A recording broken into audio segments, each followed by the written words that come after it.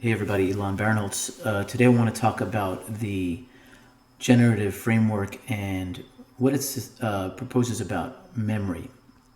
And I want to talk a little bit about the sort of typical conception of memory and what that means and how this differs and some significant implications for that.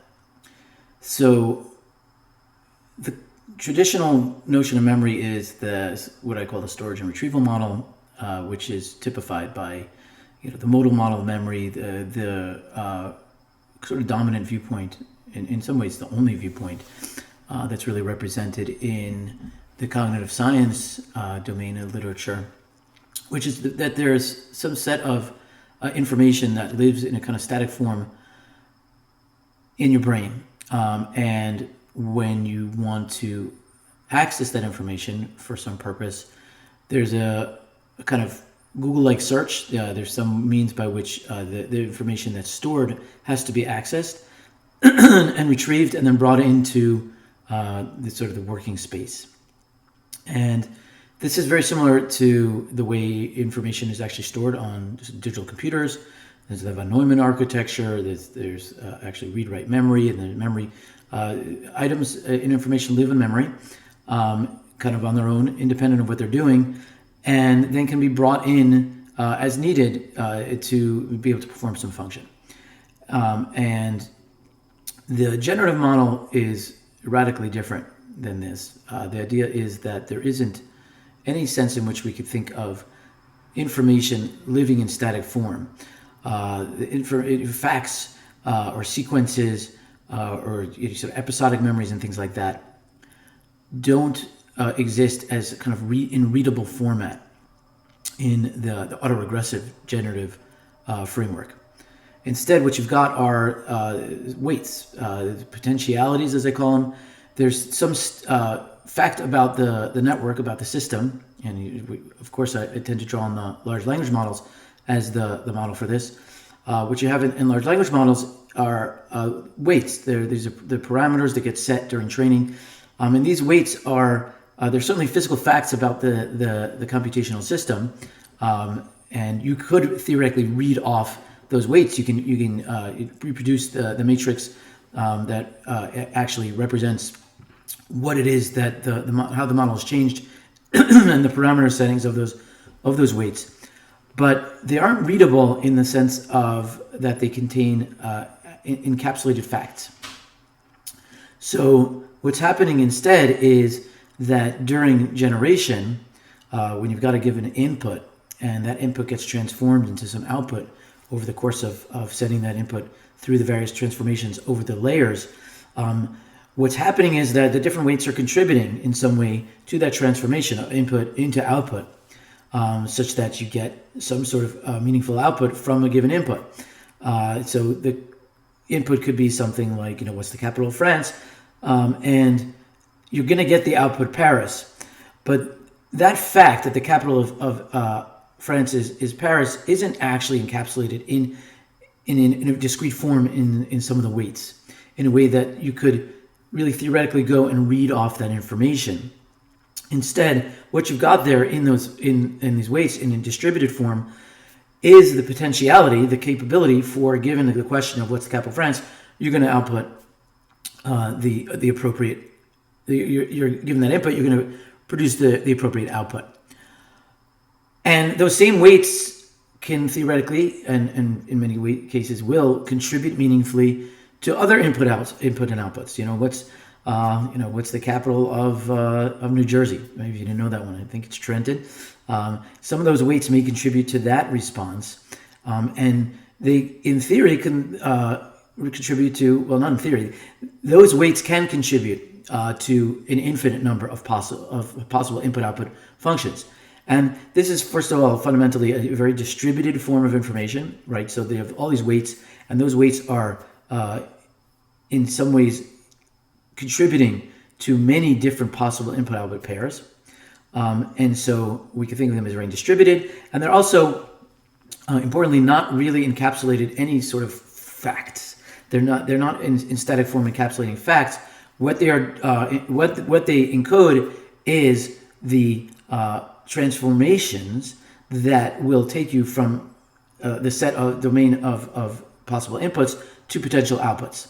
And so first and foremost, this is not thinking about memory as the kind of facts that you ultimately output, right? The conventional viewpoint of memory is that the facts that we produce, like the capital of France is Paris, live in our brain in some basic sense. That in theory, if you could say decode the structure of the brain, maybe you could even find these facts. And so the generative perspective says, no, that's and it's both generative and distributive, that's not really the right way to think about it. It's rather the potential to produce lots and lots of input-output pairings, some of which will be consistent with specific facts that we are aware of, but those facts are they're encoded in the brain insofar as there's the potential to produce them. So that's a radically different way of thinking about what memory is. But that's not actually the main thing I really want to talk about. I want to talk about the autoregressive aspect of this framework. And in the autoregressive framework, it's not only the fact that you can produce a given input-output pair, but that then the output then serves as further input to the system. And so instead of a fact like what's the capital of France, a different fact would be something like, can you recite the Star-Spangled Banner, right? And again, thinking in terms of facts living in the brain, in this generative framework, you're not going to think in terms of the Star-Spangled Banner and all the words and the tune and all that living in your brain as sort of static form, the way that we would think of it living, say, on your computer or on your phone, where there really is some meaningful sense in which you could say you've got a representation of that entire piece of that information is actually in sort of readable form living there. Instead, we've got this potentiality to produce the output from the input. Now, the output in this case isn't just a single output. So if I say, can you recite the Star-Spangled Banner? Oh, say, can you see? So the first output there is O. And the idea of the autoregressive idea is that O now goes back into the system as part of the input. And so the input was recite the Star-Spangled Banner and then O. And then the next appropriate output is based on and contingent on that input. And so now you've got O say, and O say, can you see? And you can then recite the entire thing. But as you're doing that, the idea is that you're doing this in this looping recursive way, such that the output serves as the next input, not a single input, but as part of the entire sequence that is being fed in as the next input. And so not only do you not have static facts, not only do you not have sequences encoded, but you don't really even have the potentiality for a given input to produce a given output per se. You certainly do have that. That's sort of you can think of that as sort of the static weights contain those potentialities.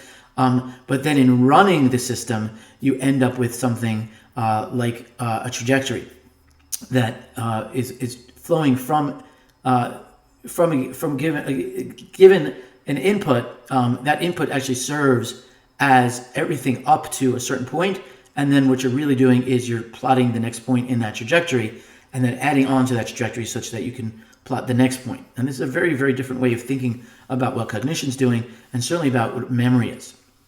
And the implications for this are very wide-ranging, but I wanted to focus on something in particular today, namely the way we think about measuring memory, the way we think about what memory is really doing, and potentially thinking about optimizing memory, maybe even augmenting memory. These all, the generative framework, the autoregressive framework, have very significant implications for this. So when we think about memory in the traditional form, and let's think about how cognitive science has thought about it, there's this idea of long-term memory and short-term memory. And both of these really, in short-term memory and long-term memory, are flavors of the same thing. And that's really the encoding, storage, and retrieval model that we mentioned in the beginning of this discussion.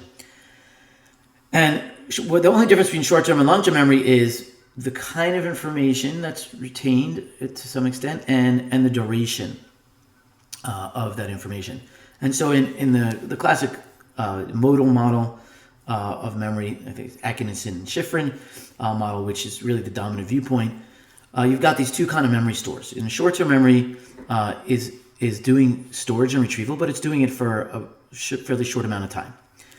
And the idea is that you've got this memory buffer, and it's literally called a buffer, which holds information for maybe up to 15, maybe 30 seconds. And it holds very kind of high fidelity information about like the specific words you said. And if you ask somebody, hey, can you repeat a sequence back to me? You give them an exact sequence of, say, letters or words or something like that. They can go ahead and repeat those verbatim. And the idea is that has a short shelf life, and this is constantly getting refreshed, renewed. There's interference from new information. There's decay, just natural decay. And so short-term memory has this kind of short shelf life, and then information is gone from short-term memory. So the evidence for this is the idea is the kind of measures that people have introduced over many decades, which is namely ask somebody, can you repeat this sequence of letters or numbers back? And lo and behold, people can do that. People can repeat things back to you verbatim. There's this magical number 7 plus or minus 2 that people on average can recite 7 items back. And then after a certain amount of time, that starts to decay. And then by the time you're like 35, 40 seconds out, if you haven't been rehearsing the information, you can no longer recite that information verbatim. You may remember some of the words, but a lot of it will be lost, and you won't have that ability to precisely recite it. To the extent that you're able to actually report any information beyond that window, this is typically attributed to long-term memory. And so the idea is that past 30 seconds, short-term memory is kind of gone, and long-term memory kicks in. And then long-term memory is just a lower fidelity but longer duration version of the storage retrieval kind of memory buffer. So there's this kind of clunky system of like two different versions of the same thing. And there's been decades of research that kind of look at it and have viewed memory in this way. And what I'm here to say is that this is not true, that the idea of storage and retrieval is fundamentally wrong. And that the dichotomy between short-term and long-term memory, in the sense that there's this short-term memory buffer that then goes offline and then hands off to long-term memory, is fundamentally misconceived. And the reason I believe that is because there's actually very strong, compelling evidence against it that actually shows up in the literature all over the place.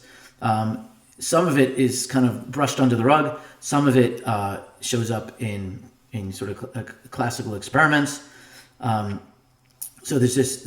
I'll start with the classical experiments. There's something called the serial position effect, which is the fact that if you give people a long list of words and then ask them to repeat them, what you get is these two kind of enhanced memories, things that were recent, the recency effect, and then things that were in the end of the list, and then things that in primacy effect, which things that were in the early part of the list.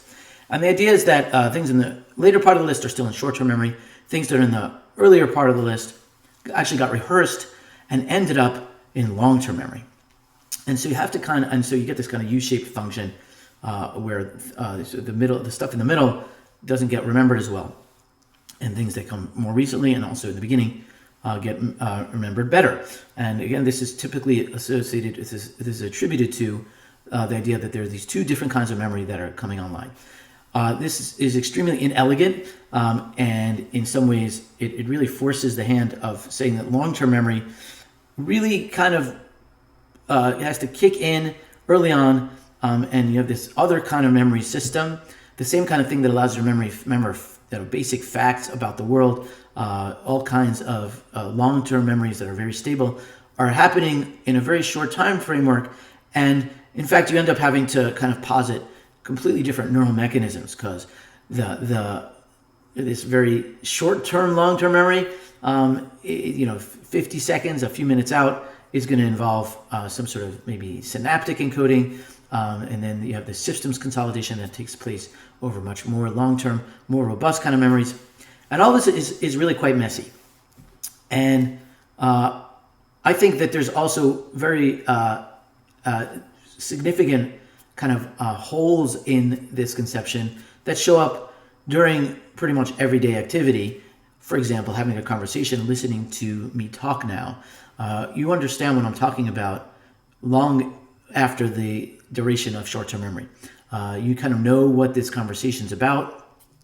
You're following these words and understanding the basic framework of this conversation in a very fluid, very continuous manner, where there doesn't seem to be a handoff happening between the ability to recall exactly what I said a few seconds ago versus what we were talking about a few minutes ago. It all feels very much like the same thing, and behaviorally, I'm going to argue it fundamentally is very much the same thing.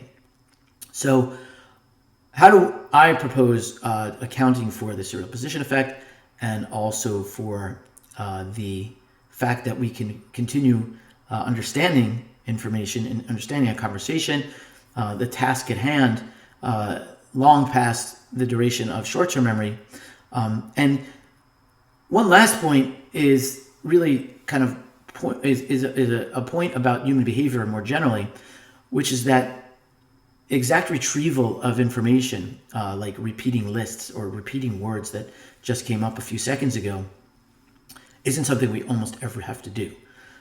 We may sometimes, if our minds drift, we may say, like, what did that person just say? And we may try to replay it. And this is in the classic literature, this is called the phonological loop. The idea is that there's like continuous access to stuff that just came up recently. My argument is that is not a fundamental function of memory. That's not something that our brains have to do very consistently. Although we are able to do it, what I'm going to argue is that it's not because we actually have something like the storage, encoding, storage, and retrieval model, where we've got this high fidelity information in short-term memory for a while, so that we can reproduce stuff exactly, because that's not something we almost ever have to do. Instead, what I'm going to suggest is that all of this is a single kind of memory system. And by memory, what I mean is not encoding, storage, and retrieval. It's not a storage retrieval model, it's a generative model. And what we've got the ability to do when we remember is to generate based on what's happened in the past. When I ask you, what have I been talking about for the last 10 seconds, or for the last minute, or for the last, I don't know how long we've been going, but let's say 5 minutes, or more generally, what did you do before you started watching this video? What did you do this morning? Instead of thinking of that in terms of retrieving information that is living there somewhere, instead, what's going on is we have something very similar to the context in a large language model. What we've got is a continuous, potentially decaying representation of the continuous input that is constantly being updated throughout the process of cognition. So when you're listening to me talk, you're taking the output that you're getting, you're taking the words that I'm saying, and you're tacking them on to this continuous representation of what has been said before. Now, what form does that representation take? That's for a different day, and exactly how is it stored and what is the nature of its decay. This is something I'm working on directly on modeling. But one way to think about this is it's not sort of verbatim actual encoding of the information in the way that large language models do. Large language models actually are really encoding the discrete sequence of words. They're doing it in this kind of unusual, unorthodox way, because they're doing it all in terms of the attention weights, the KV cache, all kinds of stuff that I'm not going to get into today. And people were probably not literally encoding all of the words that I've said, for the past 5 minutes, but there is some compressed form of that is driving the next output, and it's driving the next output of what I say, and it's also driving the next output of your understanding. When you're listening to me speak, you're not only taking to account the last 30 seconds. I think that's very obviously false, but you're taking into account some representation of what we've been talking about the entire time since we started this video.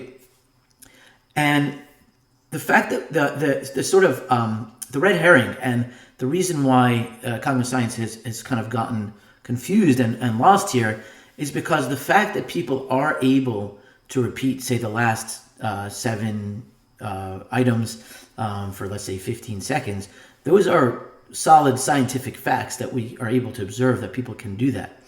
But according to this framework, the ability to reproduce things verbatim is simply because items that are more recent, things that are actually further along in the sequence. If we think about the input sequence that's constantly incrementally being built as you move along over the course of your cognitive day, things that are further or that are closer in the sequence actually have greater influence. They have a certain weighting. We can think about this in terms of like attention weights. They have a certain weighting that is greater than things that come before them. And so because they're actually weighted more strongly, you're able to reproduce them and reproduce them verbatim. But the fact that you're reproducing them verbatim shouldn't be interpreted as simple storage and retrieval. It can look like that. It can look like you've got these words in your mind. They're being held there because now I can reproduce them. But unless you're asked to reproduce them, and this is, again, the generative framework, they're not really there. Instead, it's a particular task at hand, namely given input. It says, hey, can you repeat those last 5 words or those last 7 words? And given the fact that they are strongly represented in terms of their weighting on your current generation, you're going to be able to produce them, maybe even verbatim. But this shouldn't be confused with the idea that this is a completely different kind of memory. According to the autoregressive generative model of cognition, what we really are seeing is simply a drop-off in the weight that that as things get further back in the sequence, the less those items are going to contribute to the current generation. And by the way, you see this actually in the weights, in the self-attention weights. Not going to discuss that in this video, but it's something that I'll certainly discuss in other videos. But in the self-attention in the self-attention matrix, you're able to see how much different tokens are influencing how much does their representation influence the representation of other tokens. And as you get further back in representation or in the sequence, you're actually going to see less weighting of previous tokens. Not one for one. Some tokens may have undue influence, even though they're quite far back in the sequence. So it's not only about position in the sequence by any means. And by the way, that's the case here as well. I mentioned the word autoregressive quite a ways back. We talked about memory in the beginning of this conversation. That is continuing to strongly influence your interpretation of what we're talking about and my continued generation of these words. And so that's really the point, is that the kind of evidence that has been taken to point to this kind of separate memory store of short-term memory versus long-term memory, in my opinion, is actually being misinterpreted. And what we're really seeing is decay, and maybe natural decay, although that might not even be the right way to think about it. It may not be decay in the sense like an isotope decays in terms of just the passage of time. This is more about probably computational representation that built into the system is actually less that we learn, or perhaps it's hardwired into the system to attribute less weight to items that come further back in the sequence in terms of current generation. It's probably functional. It might have to do with our memory capabilities and the fact that maybe there's this natural decay in biological processes, but alternatively, it could be that language and the world is structured in such a way that more recent events are actually generally more relevant. And therefore, we actually attribute, during current generation, we attribute less weight to things that are further back. And so this is a kind of a feature, not a bug. We don't want to be stuck in the past. We don't want to sort of be haunted by things that we talked about a long time ago as contributing to the current generation. You really want to sort of stay on point, and you want to be local, kind of temporally local. But, and this is a very critical but, we also clearly have the ability to take into account information that goes much further back than short-term memory, the kind of short-term memory model would allow. So again, just like in this conversation, but more generally, right? You can have a 3-hour-long conversation, or you can be going about your day and you're doing a certain task. Maybe you're at work and you're working on something. Well, what are you working on right now? You're working on something you've been working on for a much longer time, maybe for weeks or months. How does that actually get represented? Now, this is an open question in my model. To what extent do I actually believe maybe that this kind of continuous activation, this kind of long-term sequence, is maybe actually built over a very long time period, where I wouldn't even necessarily want to put a hard stop on what this continuous activation might look like. It may have a much longer duration, even than hours or even days. One little hint at that is that there are certain kinds of amnesia where people can retain basic semantic facts about the world. And this is what I think of as the static weights. The static weights represent sort of the basic input-output function, as opposed to something like continuous activation, which is namely your life story. So sometimes people can actually suffer from amnesia, where they may forget their biographical facts. So this is stuff that happened to them.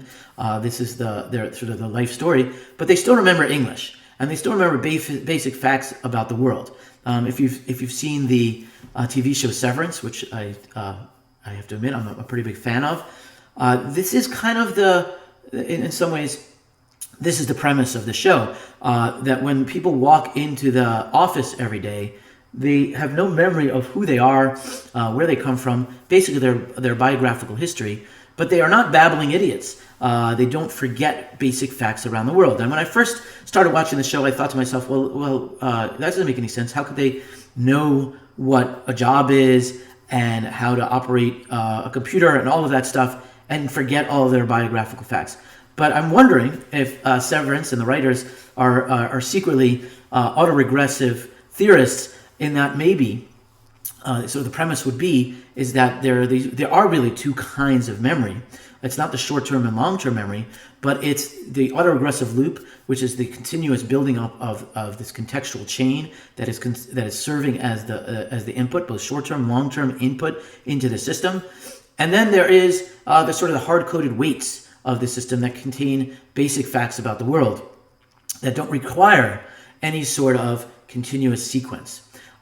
So those cases of amnesia, I'm not using Severance as a scientific source, but I am going to cite these cases of amnesia where people do seem to be able to, but suffer from a loss of their biographical history, and that we could think of as sort of the sequence, the continuous sequence, and then the basic facts about the world. Sometimes what's called semantic memory, which is not autobiographical. It's not episodic. It's not what happened to you. It doesn't contain sequential information, like I did this and then I did that, but it's just sort of basic input-output. This is what's true. This is the fact about the world. Now, those facts about the world could still play out autoregressively. The autoregressive loop can still run, but the idea is that you've lost the long sequence of what's happened to you in the recent and distant past. So that's the basic framework that I wanted to share, is thinking about memory as a generative. So what memory in this system, we can think of memory as not a storage retrieval, but what is driving generation. And so the influence on generation is what is memory. And so your ability to reproduce a sequence, to repeat some facts, your ability to recite the Star-Spangled Banner or something like that, all of these are because the weights of the system are influencing your next generation. But in addition, that next generation is going to be tacked on to this ongoing sequence that allows you to feed that back in and then produce the next token of the sequence. So there are these two components that come together that give us what we would call, what I would call our actual memory system. And so memory is not facts stored in the brain that you recover. Memory is the continuous influence of past generation on your current generation. Okay, so now that I've sort of explained that, I just want to speculate a little bit about what might be some of the implications for this. So the first one is, although it turns out to be fairly useful to test people's short-term memory in being able to predict other things about them. For example, somebody's short-term memory span, if you've got a short-term memory in the traditional operational sense of, say, 8 items or 9 items, so it's 7 plus or minus 2. Some people have a larger memory span. What that means is when you test them, you give them a list and you say, here's 7 words, can you repeat them back verbatim? Here's 8 words, here's 9 words. People who can consistently repeat 9 words back will also tend to have other kinds of advantages in other kind of cognitive tests. And in fact, if you just think about IQ tests, so there is a pretty strong correlation between short-term memory or working memory span and IQ. Now, this has befuddled people for a long time. Like, why is that true? It's an interesting fact, and I'm admitting it. I agree that's an interesting fact. But the story has been, well, maybe if you could hold more things in your mind and the buffer's bigger, maybe you could do more creative stuff or something like that. Or maybe it's just some sort of correlate, like it correlates with some other sort of aspect of cognitive function.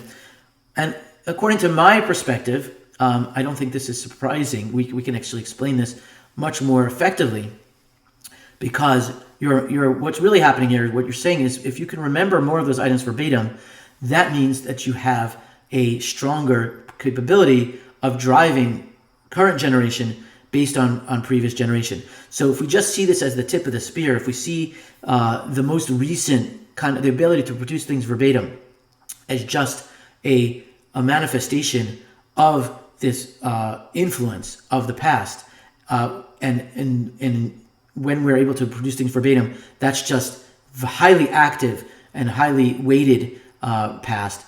If you're able to do more of that, that means you're able to more successfully use the past in order to inform your current generation. And so if we get past the sort of verbatim repetition and think more in terms of what I think memory is really for, not to repeat or regurgitate stuff, but actually to drive forward your current generation. Well, if you're thinking about a topic and you're what thinking, in my view, is not pulling out information from before, but it's that information that previously came up in the previous sequence and in your past generations. It's driving forward what you're currently doing. And so that means you're doing a more effective plotting of the trajectory. So as you're going through token space, as you're going from what was said until what should be said, if you have stronger influence from the previous trajectory on the current trajectory, then you're going to more effectively plot out those trajectories. You're going to be plotting out sort of, in some ways, more sensible trajectories through token space. We could think of it sort of the concept space through thought space. And so it wouldn't be surprising if what we're really seeing is just this influence on current generation from the previous sequence. It wouldn't be that surprising that this is going to drive other measures of intelligence. And I'm very skeptical of, by the way, of a simple number of IQ as a measure of intelligence, and I don't want to come down hard on the idea that is a hard and fast measure of like some general intelligence ability that, in all domains. I think there's lots of different domains and different kinds of intelligence, and so on and so forth. But it's not surprising that there would be extensions to certainly other kinds of linguistically expressed intelligence, the ability to think through problems and things like that. Really, if you think of thinking as being plotting these autoregressive trajectories, then the fact is that what I think is being measured in these short-term memory things is really just the influence of the past and the extent to which the in this case the more recent past can drive the current generation. this makes quite a bit of sense. In terms of what we really should be measuring, and what if this is an interesting correlation, instead of thinking of correlations between this weird measure of retrieval, of verbatim retrieval, which, as I pointed out, is not something that humans do very frequently, and it's probably not really a good measure of what the brain is built to do. What I propose, and this is something I'm trying to develop a framework to do, is not measuring this kind of retrieval, but instead, and by the way, this kind of retrieval, as we said, it leads to what I think is a weird artifact that isn't real, of this kind of step function, where you get this drop off of verbatim repetition, which has been interpreted as like, oh, that kind of memory is gone. Well, I don't think it's gone. I think what's happening is that as you get past a certain distance, you no longer have the weight in order to repeat things verbatim. But as we pointed out, you do have continuous influence from the past, way past 30 seconds. And what I think we need to be doing as a field is thinking about what that influence looks like and how to measure that. So instead of thinking about a verbatim repetition, can you describe what we've been talking about for the past 30 seconds, for the past 2 minutes? I think that if we measured something like that, we would actually get a much more sensitive and much more continuous kind of slope of influence from the past. And then even people who don't have a short-term memory, or in general, even though people in general do not have a quote-unquote short-term memory capacity past 15, 30 seconds, you're going to see lots of influence from the past. And it's going to look very similar to the influence from the past within the past 15 seconds, even stretching out to 5 minutes, 10 minutes, an hour. You're going to see this continuous influence. And it's going to look first of all, much more continuous. It's going to be much more continuous. You're not going to see a steep drop, past 15 seconds. What you're going to see is some sort of much more gradual decay that's going to manifest as the inability, maybe to continue and discuss some of the topics that came up maybe half hour ago, as well as the ones that we've been discussing in the past 15 and 30 seconds. The verbatim stuff is just going to be a side effect of the fact that there's this more continuous slope. So first of all, it's going to get rid of what I think are actually red herring artifacts. But second of all, this probably is a better way to actually understand what the heck memory is doing. And if we want to understand somebody's memory capacity, for example, if we were looking for signs of pathology of memory, it should be noted that early stages of, say, Alzheimer's disease, you actually see some decay of the capacity to do this kind of verbatim repetition. My guess is that you could probably get a better measure that would extend probably beyond 15 seconds and maybe more sensitive if we could measure something like the influence of the past on the present. There's these famous cases like Clive wearing or HM of people who have a very impaired, what's in the literature thought as long-term memory and the ability to form long-term memories. And what you see in these folks is that they seem to not be able to remember, if you say to them, what were we just talking about? If it's not in the last, 10, 15 seconds, they'll have no memory of it. Now, this is just an example, an extreme example of a very rapid decay function in somebody where you're really seeing that the influence is gone, that these people are not able to use what happened in the past a certain number of seconds, is no longer influencing what they've done. But my guess is that we all have a decay function that you can measure, and that perhaps in the cases of pathology, so like in Alzheimer's or early stages of dementia, you might see that curve changing.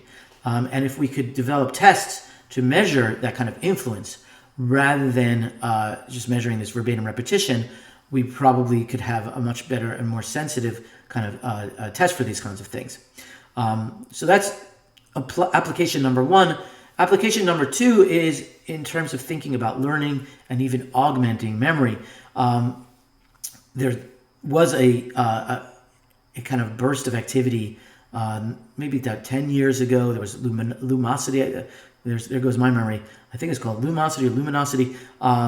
Various products that were geared towards helping people, and the stated purpose was kind of training your brain to get better and smarter in general. And the way that these products would operate is they said, okay, well, short-term memory has been shown to be correlated. Let's exercise that short-term memory. Let's memorize stuff and have to repeat stuff and things like that. And I never used the product, so I may be mischaracterizing a little bit. But it was these brain training games, and it really is built on the premise that some of the basic kinds of capabilities that we see are maybe correlated with greater just general intelligence and long-term memory capabilities. Maybe we can enhance those by sort of going to the gym and working those things. My suspicion is that, and by the way, they kind of folded. I don't know if they still exist. I do remember that they underwent a lawsuit because they were making claims about sort of more general cognitive function, and that proved it not to be true. People could get better at the games, but it wasn't generalizing to other stuff. And I'm not surprised by that because, again, it's probably the tail wagging the dog. When you look at these kind of capabilities that show up in these games, it's not really, the capabilities are probably not really what the brain is trying to do. It's not really it's not really testing the true cognitive function, the generative function.